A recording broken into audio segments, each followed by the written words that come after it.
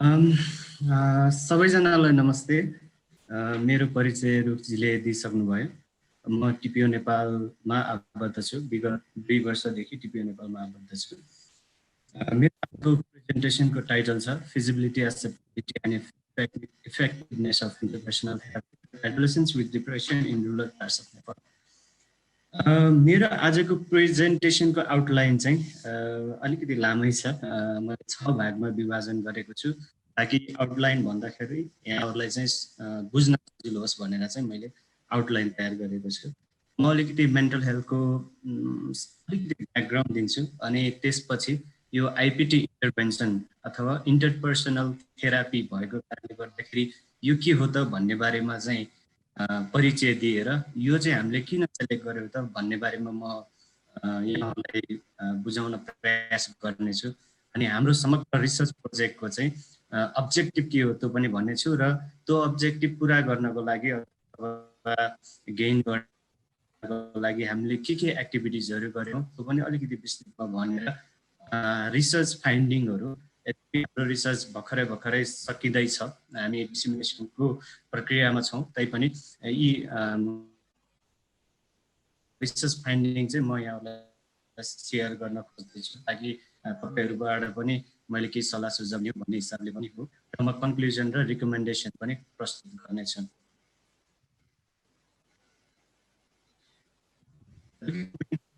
Background यहाँहरूलाई बताउन चाहन्छु। Mental health problem is a serious global public health concern विषय भएको छ। किन भन्दाखेरि तपाईँको बर्डन अफ मेन्टल इलनेस हेर्ने हो भने चाहिँ 32.4% एकाउन्ट्स गर्छ भने mental health problem among adolescence is high. किन भन्दा यो हाई किन छ भन्दाखेरि एडोलेसेन्स पिरियड चाहिँ एउटा ट्रान्जिसनको पिरियड हो विथ ऱ्यापिड फिजिकल र मेन्टल डेभलपमेन्ट हुन्छ, साथै सोसल चेन्जेस पनि देखा पर्ने हुँदछ। 3/4 of mental disorder develop during adolescence है। Mental health 16% of the global burden of disease and injury in people aged 10 to 19 years old है। त्यो कारणले गर्दाखेरि पनि मेन्टल हेल्थ एउटा पब्लिक हेल्थ कन्सर्नको विषय बनिरहेको छ। अब म अलिकति डिप्रेसन इन एडोलेसेन्स आउँछु। Globally depression is one of the leading causes of illness and disability among adolescence. Depression in adolescence is a major risk factor for suicide, the second to third leading cause of death. Depression in adolescence in नेपालको परिवेशमा कुरा गर्ने हो भने there is no systematic data on the prevalence of depression among adolescence. धेरै study भएको छैन। यस कारणले गर्दाखेरि नै यसको प्रिभ्यालेन्स भन्न चाहिँ एकिङ गरेर भन्न नसक्ने अवस्था छ। सानो सानो अध्ययनहरू भएको छ जस्तो सिलवालहरूले चाहिँ अध्ययन गर्नु भएको छ। Higher risk of developing depression अरू देशको तुलनामा नेपाल जस्तो देशमा चाहिँ डिप्रेसन एउटा बढ्न सक्ने चाहिँ चान्सेस बढी छ। किन भन्दाखेरि चाहिँ यहाँको सोसल र इन्भाइरोमेन्टल फ्याक्टरहरू छ। त्यस्तै जस्तो ल्याक अफ इन्कम छ, चाइल्ड लेबर छ, many child still work in the industry होइन। माओइस्ट इन्सर्जेन्सी हालसालै 10 वर्ष माओइस्ट इन्सर्जेन्सी सकिएको छ, यद्यपि त्यसको इम्प्याक्ट अझै चिल्ड्रेनमा रहिरहेको छ। फेरि पनि 2015 अर्थक्वेकले पनि डिप्रेसनमा बढाउनमा चाहिँ केही भूमिका खेलेको छ र अहिले हामी सबैलाई थाहा भएको कुरा कोभिड-19 को कारणले गर्दाखेरि चिल्ड्रेन अथवा एडोलेसेन्टहरू बसिराख्नु परेको अवस्था छ र यो सिचुएसनले यो सर्कमस्टान्सेसले पनि डिप्रेसन डेभलप गर्न चाहिँ कन्ट्रिब्युट गरेको छ। अब एडोलेसेन्ट मेन्टल हेल्थ सर्भिसेस नेपालमा कस्तो छ र संसारमा कस्तो छ भन्ने कुरा म अलिकति पिक्चर यहाँहरूलाई दिन गइरहेको छु। जस्तो 4 out of people do not receive treatment है। जो एडोलेसेन्टलाई चाहिँ मेन्टल हेल्थ प्रब्लम छ यालामाइसिसमा लो मिडल इन्कम कन्ट्रिजमा चाहिँ 4 out of 5 people do not receive treatment. अब नेपालको कुरा गर्ने हो भने एकदमै दयनीय अवस्था छ। एडोलेसेन्टको मात्र होइन कि ओभरअल हेर्ने हो भने चाहिँ नेपालमा 0.22 साइकियाट्रिस्ट र 0.06 psychologist have to look 1 million population अथवा पपुलेसन र गभर्मेन्टले पनि कति भन्दाखेरि जम्मा 1% टोटल बजेटको 1% मात्रै मेन्टल हेल्थमा चाहिँ इन्भेस्ट गर्छ। यो सिचुएसनले के देखाउँछ भन्दाखेरि पहिला हामीसँग रिसोर्सेस छैन, रिसोर्सेस नहुने बित्तिकै चाहिँ मेन्टल हेल्थ सर्भिसेस चाहिँ राम्रोसँग कुनै पनि व्यक्तिले, त्यो चाहे एडोलेसेन्ट होस् चाहे चिल्ड्रेन होस् अथवा एडल्ट होस्, उसले नपाउन सक्ने सम्भावना देखिएको छ। अब एडोलेसेन्टको कुरा गर्ने हो भने चाहिँ कतिपय मेन्टल हेल्थ सर्भिसेस नेपालमा चाहिँ एनजिओ आइएनजिओले कम्युनिटी बेस्ड प्रोग्रामबाट चाहिँ डेलिभर गरिरहेको छ हैन। अब एडोलेसेन्ट फोकस चाहिँ अब सायद धेरै कम नै छ। टिपिओ नेपालले नै एडोलेसेन्ट फोकस यही रिसर्च प्रोजेक्टबाट चाहिँ मेन्टल हेल्थ सर्भिस प्रोभाइड गरेको चाहिँ मेरो अध्ययनले देखाएको छ हैन। अब नेपालमा चाहिँ मेन्टल हेल्थ सर्भिस कान्ति हस्पिटलमा चिल्ड्रेनलाई फोकस गरेर प्रोभाइड गरेको छ। अब नेपालको कुरा गर्ने भने एडोलेसेन्ट मेन्टल हेल्थ चाहिँ स्कार्सिटी नै छ। एडोलेसेन्टलाई टार्गेट गरेर सर्भिस प्रोभाइड गर्ने चाहिँ स्कार्सिटी नै छ भन्दा हुन्छ। यो अवस्थामा चाहिँ डब्ल्युएचओले चाहिँ मिडल इन्कम कन्ट्रिजमा चाहिँ एउटा आइपिटी इन्टरभेन्सन चाहिँ रिकमेन्ड गरेको छ। यसैको आधारमा हामीले पनि यो इन्टरपर्सनल थेरापीलाई, डब्ल्युएचओले मान्यता दिएको इन्टरपर्सनल थेरापीलाई चाहिँ नेपालको परिवेशमा एउटा यसको फिजिबल कस्तो छ भनेर चाहिँ एक्सेप्टेबिलिटी कस्तो छ भनेर अनुसन्धान गर्न खोजिएको हो। यसकारणले गर्दाखेरि म हाम्रो रिसर्च अब्जेक्टिभमा जानुभन्दा अगाडि सर्वप्रथम म यो आइपिटी के हो त भन्ने बारेमा म यहाँहरूलाई अलिकति बुझाउन प्रयास गर्नेछु, अनि त्यसपछि अरू हामी अब्जेक्टिभतिर जाउँला। सर्वप्रथम आइपिटी भनेको इन्टरपर्सनल थेरापी हो। यो चाहिँ म्यानुअलाइज छ, यसको म्यानुअल छ, अनि टाइम लिमिटेड थेरापी छ। यसको निश्चित टाइम छ, त्यो टाइमको अवधिमा दिने चाहिँ एउटा यसको कन्सेप्ट छ। यो सुरुमा सर्वप्रथम युएसमा 1970s मा डिप्रेसनको बिरामीहरूलाई चाहिँ ट्रिट गर्नलाई चाहिँ बनाइएको थियो। अब यसले चाहिँ के गर्छ भन्दाखेरि यसको की फोकस एरिया छ। ती फोकस एरिया भनेको चाहिँ के हो भन्दाखेरि कुनै पनि डिफिकल्टिज त्यो इन्टरपर्सनल हुन्छ, कुनै पनि समस्या त्यो इन्टरपर्सनल हुन्छ भनेर यसले विश्वास गर्छ। यसको सिद्धान्त भनेको चाहिँ त्यो इन्टरपर्सनल डिफिकल्टिजसँग यो चाहिँ सम्बन्धित छ। के हो त त्यो डिप्रेसन कसरी ट्रिगर हुन्छ भन्दाखेरि यी चारवटा कुराहरू जो चाहिँ ग्रिफ, डिस्प्युट, रोल ट्रान्जिसन र सोसल आइसोलेसन भन्छ, यो बारेमा म अलिकति बुझाउन प्रयास गर्नेछु। यी कारणले गर्दाखेरि डिप्रेसन ट्रिगर हुन्छ भन्छ। एउटा मात्र होइन, एक भन्दा बढी एकैचोटि मिलेर डिप्रेसन चाहिँ ट्रिगर हुन सक्छ भन्छ। जस्तो ग्रिफ भनेको के हो भन्दाखेरि कुनै व्यक्तिको चाहिँ मृत्यु पश्चात चाहिँ कुनै त्यसका रिलेटिभहरूलाई चाहिँ अथवा त्यो मृत्यु भएको व्यक्तिसँग सम्बन्धित व्यक्तिसँग जोडिएर एउटा चाहिँ डिप्रेसन ट्रिगर हुन सक्छ भन्छ हैन। डिस्प्युट, साथी बीच डिस्प्युट भयो भने पनि डिप्रेसन ट्रिगर हुन सक्छ।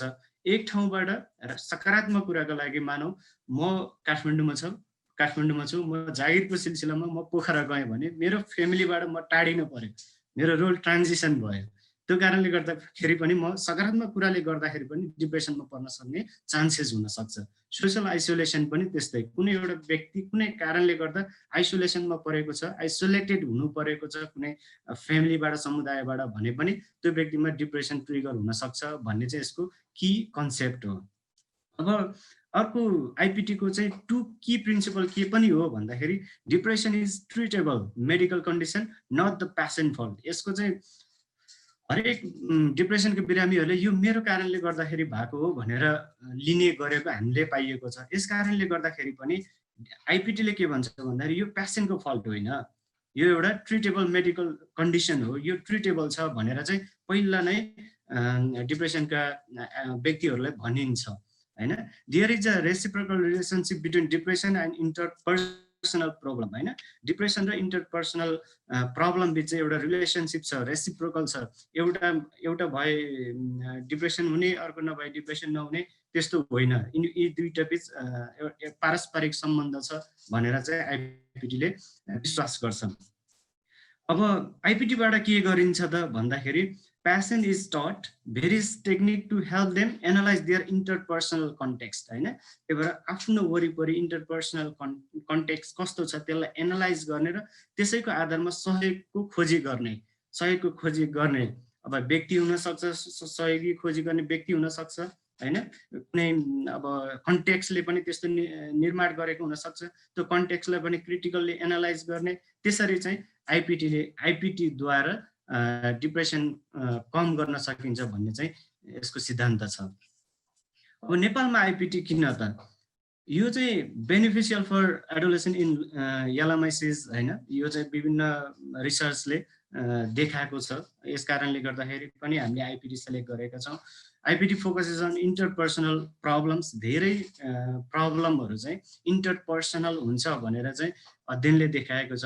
अब WHO को एमएच ग्याप यहाँहरूलाई थाहा भएकै कुरा, यो मेन्टल हेल्थको ग्याप पुरा गर्न, सर्भिस ग्याप पुरा गर्नको लागि चाहिँ निर्माण गरिएको एउटा प्रोग्राम हो। त्यो प्रोग्राममा पनि आइपिटी एउटा one of the good intervention भनेर चाहिँ रिकमेन्डेड गरिएको छ। त्यस कारणले पनि हामीले चुज गरेका छौँ। अब आइपिटीलाई चाहिँ नन स्पेसियलिस्टले पनि डेलिभर गर्न सक्ने, सामान्य एजुकेसन प्राप्त गर्नेलाई ट्रेनिङ, आइपिटीको बारेमा ट्रेनिङ गरियो भने नन स्पेसियलिस्ट हाम्रो जस्तो देशमा साइकियाट्रिस्ट कम भएको देशमा चाहिँ सामान्य ट्रेनिङ दिएर अनि आइपिटीको आधारमा, त्यो आइपिटी भनेको एउटा मैले अघि नै भने त्यो म्यानुअलको आधारमा पनि सेसन डेलिभर गर्न सक्ने भएको हुनाले पनि यो चाहिँ हामीले रोजेका हौँ। अनि अर्को चाहिँ यो एउटा ग्रुप बेस्ड छ। ग्रुप बेस्ड हुने बित्तिकै, इन्डिभिजुअल हुने बित्तिकै त्यही समयमा धेरै व्यक्तिहरूलाई चाहिँ सर्भिस डेलिभरी गरियो भने चाहिँ यसको फाइदा पनि धेरैजनाले धेरै फाइदा लिन सक्ने सम्भावना छ होइन। र अर्को चाहिँ यो सिबिटी भन्दा आइपिटी चाहिँ अब मोर इफेक्टिभ देखिएको छ, विशेष गरी एडोलेसेन्टको लागि। अब म हाम्रो रिसर्च प्रोजेक्ट साथी पहिला सुरुमा फन्डिङमा हामीले एप्लाई गर्दाखेरि यसलाई आइपिटी भनेका थियौँ भने, तर आइपिटी नामलाई चाहिँ हामी एडोलेसेन्टको सल्लाह सुझाव अनुसार चाहिँ हामीले चाहिँ चेन्ज गर्यौँ। यो अध्ययन चाहिँ सिन्धुपाल्चोकको 12 विषय नगरपालिकामा अध्ययन गरिएको थियो र त्यहाँकै एडोलेसेन्टले आइपिटी भन्दा साथी राखौँ भनेर चाहिँ हामीले यसको नामै, यो प्रोजेक्टको नामै साथी राखेका छौँ। अब यसको उद्देश्य भनेको चाहिँ सर्वप्रथम WHO ले एउटा तयार गरेको आइपिटी म्यानुअललाई नेपालको कन्टेक्स्टमा एडप्ट गर्ने थियो होइन। त्यो कन्टेन्टलाई, त्यो आइपिटी म्यानुअलमा भएको कन्टेन्टलाई नै नेपालको परिवेश अनुसार त्यो माथि डिप्रेसन एडोलेसेन्ट विथ डिप्रेसन भएका व्यक्तिहरूको इच्छा अनुसार एडप्ट गर्नु थियो।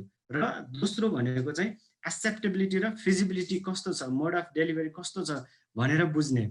नन स्पेसियलिस्ट वर्करले पनि एउटा रुरल सेटिङमा कसरी काम गरेर योलाई चाहिँ कसरी एक्सेप्टेबल बनाउन सकिन्छ अथवा कसरी फिजिबल गराउन सकिन्छ भनेर एउटा चाहिँ अनुसन्धान पनि गरिएको थियो। यसको म विस्तृत रूपमा अब म तल भन्ने छु। अब हामीले चाहिँ यहाँहरूले अघि मेरो अब्जेक्टिभ अनुसार नै थाहा पाइहाल्नु भयो कि यो रिसर्च प्रोजेक्टको दुईटा फेज रहेछन्, एउटा एडप्टेसन फेज, अर्को चाहिँ इन्टरभेन्सन फेज होइन। अब मैले चाहिँ यहाँहरूलाई छोटोमा भन्दाखेरि एडप्टेसन कसरी गरियो त, आइपिटी म्यानुअललाई चाहिँ एडप्टेसन कसरी गरियो भनेर चाहिँ म पहिलो फेज 1 को केही एक्टिभिटीहरू म यहाँहरूलाई बताउन चाहन्छु। जस्तो अघि मैले भनिहालेँ, आइपिटीलाई नै साथीमा हामीले साथी नाममा परिणत गऱ्यौँ। अब WHO को म्यानुअल जो इङ्ग्लिसमा तयार भएको थियो त्यसलाई ट्रान्सलेसन गऱ्यौँ अनि त्यसपछि त्यो ट्रान्सलेटेड आइपिटी म्यानुअललाई चाहिँ क्लिनिकल रिभ्यू गऱ्यौँ। हाम्रो चाहिँ बायोलिङ्गुअल साइकोसोसियल काउन्सिलर टिपिओमा भएका साइकोसोसियल काउन्सिलरले त्यसलाई रिभ्यू गर्ने, फेरि त्यसलाई चाहिँ परिमार्जन गर्ने, आवश्यक परे परिमार्जन गर्ने गरियो। डेस्क रिभ्यू गरेर आइपिटीका की कन्सेप्टहरू के हुन् अनि ती प्रब्लम एरियाजमा अघि मैले भनेको जस्तो 4 प्रब्लम एरियाजमा ती कसरी फिट हुन्छन् होइन। अनि मेन्टल हेल्थ इन्टरभेन्सन, नेपालमा मेन्टल हेल्थ इन्टरभेन्सन विशेष गरी एडोलेसेन्ट फोकस गरेर कति इन्टरभेन्सनहरू छन्, त्यसका सक्सेसनेस कस्तो छ, ती सबै कुराहरू हेऱ्यौँ। अनि अन्य देशहरूमा पनि आइपिटी लो मिडल इन्कम कन्ट्रिजमा पनि कसरी इम्प्लिमेन्टेसन भएको छ, लेसन लर्न के रहेछ भनेर यसरी हामीले डेस्क रिभ्यूबाट विभिन्न कुराहरू प्राप्त गरेर पनि हामीले चाहिँ एडप्ट गऱ्यौँ, आइपिटी म्यानुअललाई नेपालको कन्टेक्स्टमा एडप्ट गऱ्यौँ। अनि त्यस्तै गरी मेन यो फेज 1 को एकदमै इम्पोर्टेन्ट एक्टिभिटी भनेको क्वालिटेटिभ रिसर्च गऱ्यौँ। क्वालिटेटिभ रिसर्च त पहिला नेपालका एडोलेसेन्टहरूले डिप्रेसनलाई कसरी लिन्छन्, उनीहरूले डिप्रेसन कसरी फेस गरिरहेका छन् त्यो बुझ्यौँ।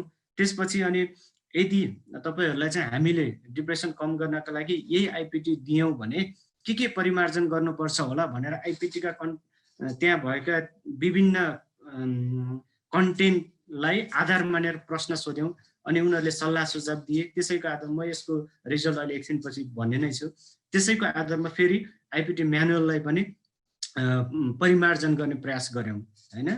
अब ट्रेनर्सहरूलाई ट्रेनिङ दिने, आइपिटीकै आधारमा आइपिटी म्यानुअलको आधारमा ट्रेनरहरूले एउटा ट्रेनिङ लिने, त्यसपछि उनीहरूलाई पनि फोकस ग्रुप डिस्कसन गरेर के छ त सुधार गर्नुपर्ने कुरा के छ अथवा फिजिबल बनाउनु पर्ने कुरा के छ भनेर उनीहरूबाट पनि सल्लाह सुझाव लिएको थियौँ।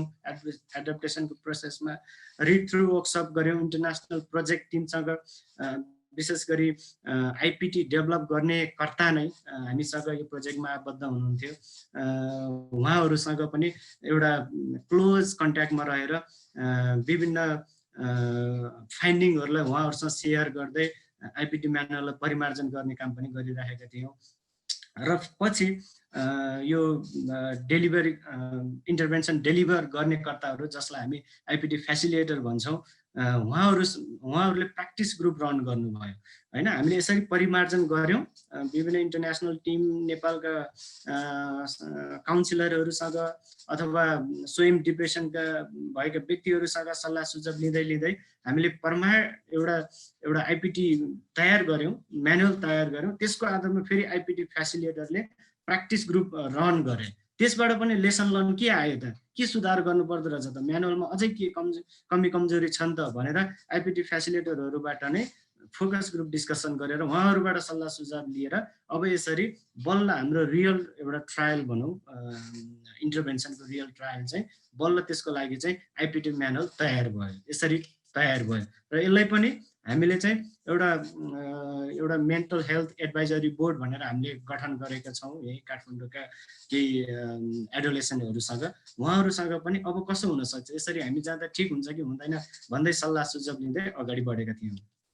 यसरी अब हामीसँग यो एडप्टेसन म्यानुअल रेडी हुन्छ। यो एडप्टेसनको प्रोसेस चाहिँ के हो भन्दाखेरि हामी यो बर्नाल फ्रेमवर्कमा रहेर चाहिँ हामीले चाहिँ यसलाई चाहिँ भ्यालिडेट गरेका भनौँ, आइपिटी म्यानुअल तयार गरेको भन्न सकिन्छ हैन। जस्तो के चेन्ज गर्नुभयो भन्ने कुरा आउन सक्छ, जस्तो ल्याङ्ग्वेज, पर्सन, मेटाफोर, कन्सेप्टहरू, गोलहरू हैन, मेथडहरू, कन्टेक्स्टहरू। यसमा यहाँहरूको जिज्ञासा केही छ भने म फेरि पछि आउने नै छु।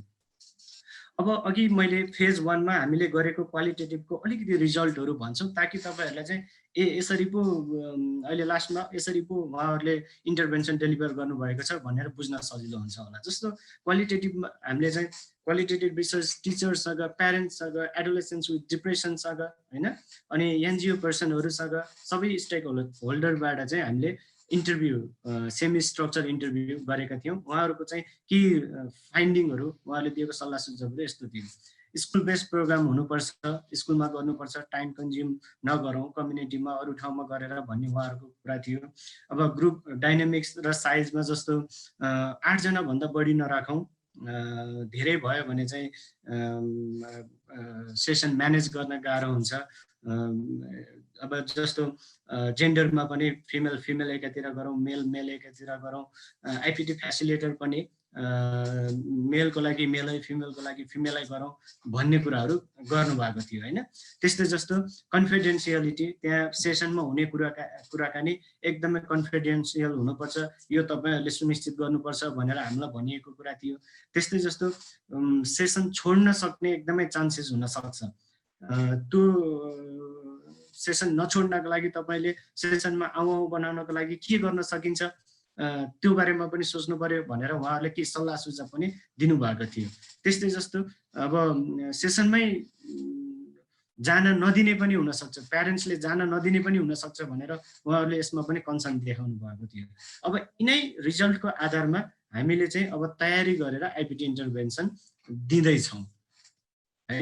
अब आइपिटी डेलिभरी एजेन्ट्स को हो त? अघि मैले आइपिटी फेसिलिटेटर भनेर यहाँहरूलाई भने, हामीले के गर्यौँ भन्दाखेरि दुईटा कुरालाई याद गर्यौँ। पहिलो कुरा त अहिले यहाँहरूलाई धेरैलाई थाहा भएको हुनुपर्छ, सेकेन्डरी लेभलमा चाहिँ एउटा अथवा हरेक स्कुलमा एउटा नर्स राखौँ भनेर चाहिँ गभर्मेन्टले प्रोभिजन ल्याएको छ होइन। अब हामीले यो प्रोजेक्ट डेभलप गर्ने बेलामा चाहिँ हामीले विशुद्ध सिपिएसडब्ल्यू भनेको कम्युनिटी साइको सोसल वर्करलाई राख्ने हाम्रो कन्सेप्ट थियो, हाम्रो प्रपोजलमा त्यो थियो होइन। किन भन्दाखेरि हामी रुरल सेटिङमा काम गर्न खोज्दैछौँ। रुरल सेटिङबाट त कुनै त्यस्तो नर्सेसहरू त्यति नहोला भन्ने हाम्रो अपेक्षा थियो। तर जब गभर्मेन्टले यो प्रोभिजन ल्यायो, यो प्रोभिजन ल्याइसकेपछि अब यदि यो हाम्रो इन्टरभेन्सन भोलिका दिनमा उपलब्धिमूलक रह्यो भने त एउटा स्कुललाई हस्तान्तरण गर्यो अथवा स्कुलले अपनत्व लियो भने पनि नर्सेसले आगामी दिनमा चाहिँ डिप्रेसन भएको एडोलेसेन्सलाई अब हाम्रो सहयोग बिना होइन आफैले इन्डिपेन्डेन्टली सर्भिस दिन सक्ने हुने भयो। यस कारणले गर्दाखेरि पनि हामीले सिपिएसडब्ल्यू र नर्सेसलाई दुईटैलाई राखेर अब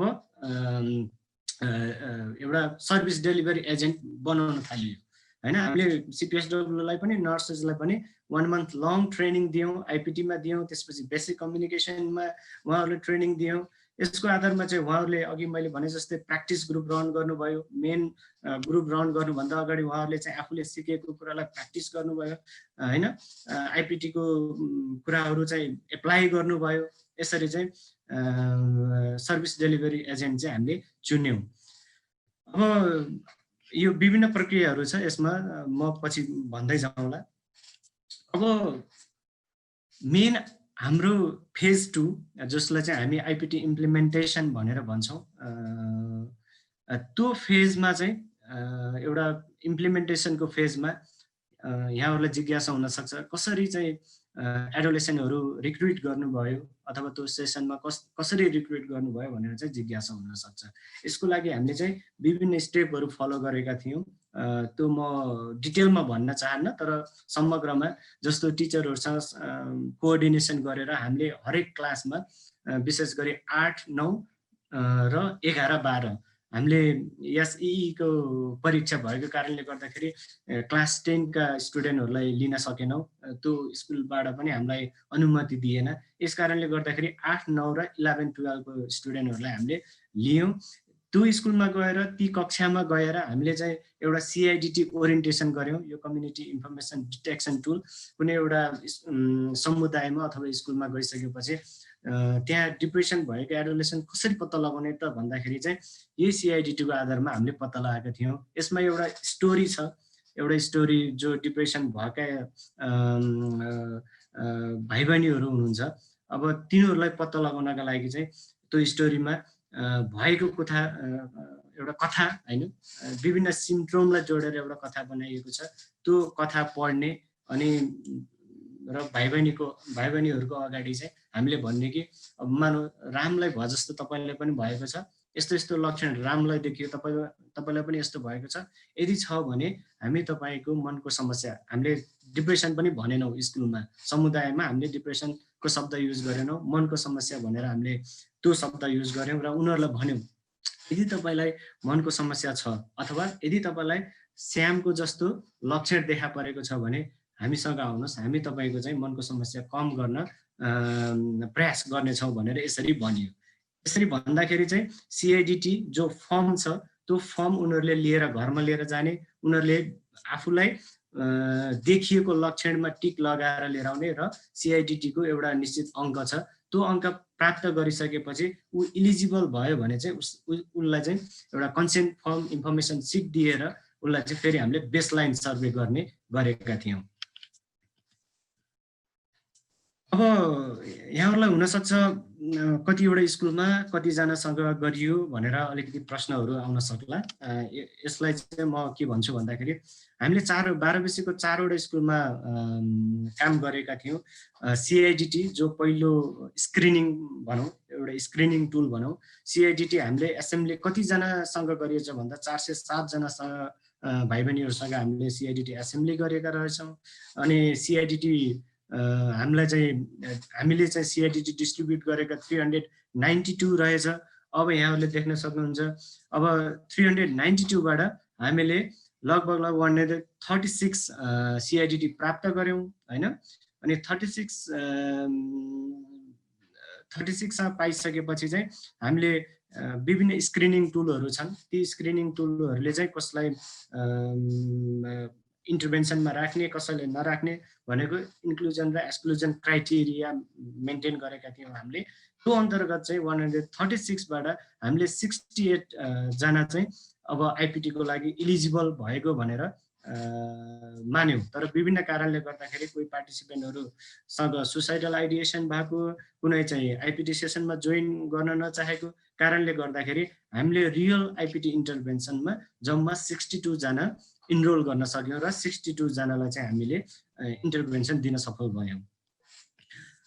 अघि नै मैले भने जस्तै अब ग्रुप डाइनामिक जो क्वालिटेटिभ रिसर्चमा जसरी रिकमेन्ड गर्नु भएको थियो त्यसरी नै हामीले चाहिँ 4 वटा स्कुलमा विभिन्न डाइनामिक यसरी चाहिँ फिमेलको मेलको ग्रुप बनाएर एज ग्रुप बनाएर यसरी चाहिँ हामीले इन्टरभेन्सन डेलिभर गरेका थियौं। अब WHO ले पहिला रिकमेन्ड गरेको अथवा म्यानुअलमा भएको session total number of session कस्तो हो भन्दाखेरि हप्तामा एकचोटि आउनु पर्ने अनि 8 वटा हप्तामा एकचोटि करिब 8 चोटि आउनु पर्ने अर्थात 8 हप्ता आएर त्यो सेसनमा बस्नु पर्ने WHO को म्यानुअलमा छ। तर हाम्रो एडप्टेसनको सिलसिलामा विभिन्न सल्लाह सुझावलाई हामीले इन्कर्पोरेट गर्दै जाँदाखेरि पार्टिसिपेन्टबाट कस्तो रिकमेन्डेसन आयो भन्दाखेरि दुईटा प्री ग्रुप सेसन गरौँ, एउटा एडोलेसेन्टसँग गरौँ, फेरि अर्को चाहिँ एडोलेसेन्ट्स विथ प्यारेन्ट्ससँग गरौँ हैन।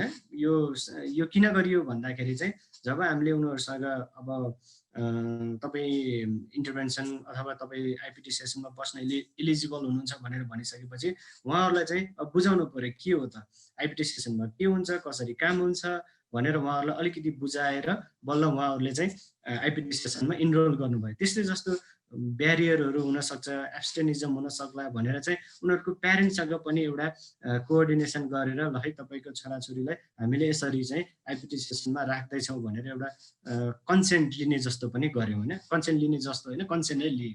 यसरी हामीले WHO ले 8 वटा सेसन भन्दा भन्दै हाम्रो एडप्टेसनको प्रोसेसमा 12 वटा सेसन रिकमेन्ड गरेको हुनाले चाहिँ हामीले 12 वटा सेसन एडप्ट गर्यौं। यहाँहरुले हेर्न सक्नुहुन्छ इन्टरभेन्सन एसेसमेन्ट जस्तो बेसलाइनमा विभिन्न एउटा स्क्रिनिङ टुल, त्यसपछि सिम्पटम ट्र्याक गर्ने टुल्सहरु यहाँ देख्न सक्नुहुन्छ जस्तो DSRS, PHQB, BAI, CPSS यी विभिन्न टुलहरु छन्। यिनले चाहिँ के गर्छन् भन्दाखेरि एउटा एक्सक्लुजनको क्राइटेरियाको भूमिका पनि गर्छन् हैन। अनि र अर्को चाहिँ एउटा एडोलेसेन्टलाई इन्टरभेन्सनमा राख्नु भन्दा अगाडि उसको मनको समस्याको अवस्था कस्तो छ यी टुलहरुले देखाउँछन्। अहिले यसको म रिजल्टहरु अहिले रिजल्ट सेक्सनमा भन्ने नै छु। यसरी हामीले चाहिँ 1 देखि 12 वटा सेसनसम्म हामीले डेलिभर गर्यौं र करिब आइपिटी इन्टरभेन्सन सकिएको 2 हप्ता भित्रमा मिडलाइन गर्यौं र फेरि आइपिटी सेसन सकिएको 8 देखि 10 हप्तासँग इनलाइन हामीले सर्वे गर्यौं। बेसलाइन सर्वे गर्यौं, मिडलाइन सर्वे गर्यौं, इनलाइन सर्वे गर्यौं। यसैले नै सिम्पटम बढेको छ कि घटेको छ कि भनेर यसरी हेर्न सकिन्छ। अहिले म यहाँहरुलाई रिजल्ट सेक्सनमा देखाउँला। अब यो इन्टरभेन्सनमा हामीले बेसलाइन गर्ने बेलामा कुनै त्यस्तो समस्याहरु थिएन। म किन भन्दा यो अलिकति रिजल्टमा एउटा कन्टेक्स्टले पनि म्याटर गर्न सक्छ कि भनेर चाहिँ मैले यहाँहरुलाई अलिकति कन्टेक्स्ट कोभिडको कन्टेक्स्ट पनि म अलिकति बताउन गइरहेको छु। जस्तो हामीलाई चाहिँ नेपालमा भर्खर कोभिडको हल्ला चल्दै गर्दाखेरि युकेमा चाहिँ कोभिडको एउटा सिचुएसन चाहिँ एउटा जोखिम अवस्थामा पुगिसकेको थियो। यसकारणले गर्दाखेरि हामीलाई किङ्स कलेज लन्डनले चाहिँ जो हामी जोइन्टली प्रोग्राम इम्प्लिमेन्ट गरिरहेका छौं, किङ्स कलेज लन्डनले चाहिँ हामीलाई इथिकल एप्रुभल दिएन फेस टु फेस इन्टरभ्यु गर्नको लागि हैन। हामी विशेष त आइपिटी सेसनहरु फेस टु फेस गर्ने ग्रुपमा गर्ने, त्यस्तै जस्तो एसेसमेन्ट पनि सर्वे पनि हामीले फेस टु फेस नै गर्ने गरिरहेका थियौं। तर जब मिडलाइनको बेला आयो करिब हाम्रो सेसनहरु 8 देखि 10 8 भनौँ 8 वटा सेसन सकिए थिए, कुनैले त पहिला नै सकिसकेको थिए, कुनै ग्रुपहरूले भने 8 वटा ग्रुपमा चाहिँ 3 वटा ग्रुप जतिको चाहिँ अब हामीले मिडलाइन गर्नुपर्ने, फेस टु फेस इन्टरभ्यू गर्नुपर्ने त्यस्तो अवस्था थियो। तर कोभिडको कारणले गर्दाखेरि हाम्रो चाहिँ केही चाहिँ फेस टु फेस इन्टरभ्यू अथवा फेस टु फेस काउन्सिलिङ चाहिँ रोकिएको अवस्था थियो। अब म यहाँहरूलाई चाहिँ आइपिटी इन्टरभेन्सनको अथवा जो फेज 2 को चाहिँ म क्वान्टिटेटिभ रिजल्ट चाहिँ म यहाँहरूलाई भन्न गइरहेको छु। क्वान्टिटेटिभ रिजल्टमा चाहिँ डिप्रेसन सेल्फ रेटिङ स्केल हुन्छ। म यी टुलहरूको बारेमा म त्यति भन्दिनँ, जस्ट तपाईँहरूलाई सामान्य बुझ्ने तरिकाले म के भन्दैछु भन्दाखेरि बेसलाइनमा हामीले यी टुल प्रयोग गरेर मनको समस्या नाप्दाखेरि, जस्तो फर इक्जाम्पल डिप्रेसन सेल्फ रेटिङमा हेर्ने हो भने चाहिँ बेसलाइनमा 17.21 थियो भने मिड लाइनमा आउँदाखेरि उसको डिप्रेसनको लेभल घटेर 9.32 मा आएको देखिन्छ। मिड लाइन जो हामीले आइपिटी सेसन सकिएको 0 देखि 2 हप्ताभित्र गरिसक्नुपर्ने भन्ने थियो, त्यो गर्दाखेरि इनलाइन गर्ने 8 देखि 10 हप्तासम्म उसको चाहिँ डिप्रेसनको लेभल स्टेबल भएको देखिन्छ। यसले चाहिँ के देखाउँछ भन्दाखेरि आइपिटी इन्टरभेन्सनको चाहिँ एउटा इफेक्टिभनेस चाहिँ देखिन्छ हैन। कसैको चाहिँ यदि इफेक्टिभनेस हुँदैन थियो भने मिड लाइन पछि इनलाइनमा जाँदाखेरि त्यसको चाहिँ डिप्रेसनको लेभल बढ्न पनि सक्थ्यो हैन। एउटा इक्जाम्पल मात्रै। अब फङ्सनल इम्पेयरमेन्ट हेरौँ। फङ्सनल इम्पेयरमेन्ट भनेको उनीहरू चाहिँ दैनिक क्रियाकलापमा कतिको एक्टिभली काम गर्न सकिरहेका छन् भनेर हेर्ने एउटा टुल हैन। त्यसमा हेर्ने हो भने उनीहरू काम गर्नै नसकेको अवस्था थियो। डिप्रेसनको कारणले गर्दाखेरि विभिन्न कामहरू गर्न नसकेको, आफ्नो दैनिक कामहरू जस्तो नुहाउने अथवा किचनमा काम गर्ने, एउटा खेतीपातीको काम गर्ने, यस्तोमा काम गर्न नसकेको अवस्था थियो। यो मैले एभरेजमा 62 पार्टिसिपेन्टको एभरेजमा देखाइरहेको छु। त्यो 12.55 थियो भने त्यो मिड लाइनमा आउँदाखेरि हामीले मिड लाइन भनेको इन्टरभेन्सन दिइसकेपछि हेर्ने हो भने तपाईको चाहिँ 4.05 मा आएको र अझै इनलाइनसम्म जाँदाखेरि पनि इन्टरभेन्सनको इफेक्टिभनेस चाहिँ राम्रो देखिएको छ, अझ घट्दो देखिएको छ हैन। त्यस्तै जस्तै प्यासन हेल्थ क्वेसन्स चाहिँ हामीले हरेक बेसलाइनमा पनि युज गर्यौं र हरेक सेसनमा पनि युज गर्यौं। हरेक सेसनमा जस्तो एउटा सेसनमा एउटा एडोलेसेन्स आयो, एक हप्तामा एकचोटि आयो, उसको चाहिँ PHQA स्कोर 9 थियो भने अर्को हप्तामा आउँदाखेरि उसको मनको लेभल कहाँ छ भनेर जान्नको लागि उसको त्यही स्कोरले डिटरमाइन गर्थ्यो र हाम्रो सहयोगकर्ताले पनि यदि बढेको छ भने के कारणले बढ्यो त, अब उनलाई चाहिँ काउन्सिलिङ दिन सजिलो भयो, कुराकानी गर्न सजिलो भयो, के कारणले बढ्यो अथवा के कारणले घट्यो भनेर चाहिँ यो PHQA को आधारमा चाहिँ उहाँहरू काउन्सिलरहरूले पनि त्यसरी ट्रिटमेन्ट सुरु गर्नुहुन्थ्यो। र यो चाहिँ एउटा सर्वेको पनि एउटा मेजर टुल थियो। यसरी हेर्ने हो भने हरेक टुलमा यहाँहरूले देख्न सक्नुहुन्छ डिप्रेसनको सेभरिटी चाहिँ घटेको देख्न सकिन्छ। Child PTSD symptom, alcohol use disorder, यिनीहरू पनि घटेको देख्न सकिन्छ। अहिले हामी प्रोजेक्टको लगभग क्वालिटेटिभ रिसर्चको अन्तिम अवस्थामा छौँ। क्वालिटेटिभ रिसर्च गरिसकेका छौँ। यहाँहरूलाई चाहिँ मैले मेरो आजको रिसर्च विशेष गरी चाहिँ क्वान्टिटेटिभ रिसर्चमा फोकस छ। क्वालिटेटिभमा हामी स्टिल डेटा एनालाइसिस गर्दैछौँ हैन। केही म यहाँहरूलाई चाहिँ केही तथ्यहरू म यहाँ प्रस्तुत गर्न गइरहेको छु। यी तथ्यहरूलाई चाहिँ मैले कन्क्लुजनमा पनि राखेको छु, तर यद्यपि केही म डाइरेक्ट कोटेसनहरू कसरी हाम्रा आइपिटी सेसनका पार्टिसिपेन्टले कसरी बेनिफिट पाए त हैन, कसरी उनीहरू लाभान्वित भए त भन्ने कुराहरू चाहिँ म एक दुईवटा कोटेसनबाट तपाईहरुलाई चाहिँ म सुनाउन गइरहेको छु। Adolescents reported a high level of satisfaction and benefits from the group IPT. They reported improvement in mood, relationship and confidence. अब एकजना 17 years old किशोरीको चाहिँ कुरा सुनौं, उहाँले के भन्छन् त। Although the situation is still same, भनेको उनको घरयासी situation is still same, my heart mind problem have reduced. The relationship with my friends have also improved. I attend my classes regularly and feel confident to interact with the teachers as needed. If such a problem arises in the future, I can believe I can manage them. हैन, हामीले त्यस्तो skill दिएका रहेछौं यसलाई आधार मानियो भने चाहिँ उनले आगामी फ्युचरमा आउने प्रब्लमलाई पनि उनले चाहिँ म्यानेज गर्न सक्ने उनले भनेकी छिन् हैन। त्यस्तै जस्तो 14 years old IPT पार्टिसिपेन्टको कुरा सुनौ। The session have helped me develop the capacity to solve the problem by myself, make new friends, reduce hopelessness, loneliness, and worthlessness, and build confidence. I'm thankful to the facilitator and group members for supporting me to feel good every week. है यसरी चाहिँ मैले यो just केही राखेको कुराहरू हो। क्वालिटेटिभको कुनै अरू बेला अथवा यहीँ तपाईँहरूले पनि जिज्ञासा राख्नुभयो भने केही म कुराहरू गरौँला। म अब मेरो रिसर्चको एकदमै इम्पोर्टेन्ट पार्ट भन्न गइरहेको त्यो चाहिँ कस्ट इफेक्टिभनेस कस्तो छ त भनेर म अबको स्लाइडमा छु। यसमा चाहिँ मैले देखाउन खोजेको कुरा के हो भन्दाखेरि मानव कोही एउटा टाउको दुखेको बिरामीले एउटा सिटामोल किन्छ, ऊ चाहिँ मानव 30-40 रुपियाँको सिटामोल किन्छ अनि उसलाई चाहिँ उपचार हुन्छ हैन। अब त्यस्तै जस्तो एउटा डिप्रेसन भएको एडोलेसेन्टले अब सर्भिस लिन पर्यो भने कति जति पैसा खर्च गर्नुपर्छ त भनेर चाहिँ म कस्ट इफेक्टिभनेस चाहिँ अलिकति हेर्न गइरहेको छु।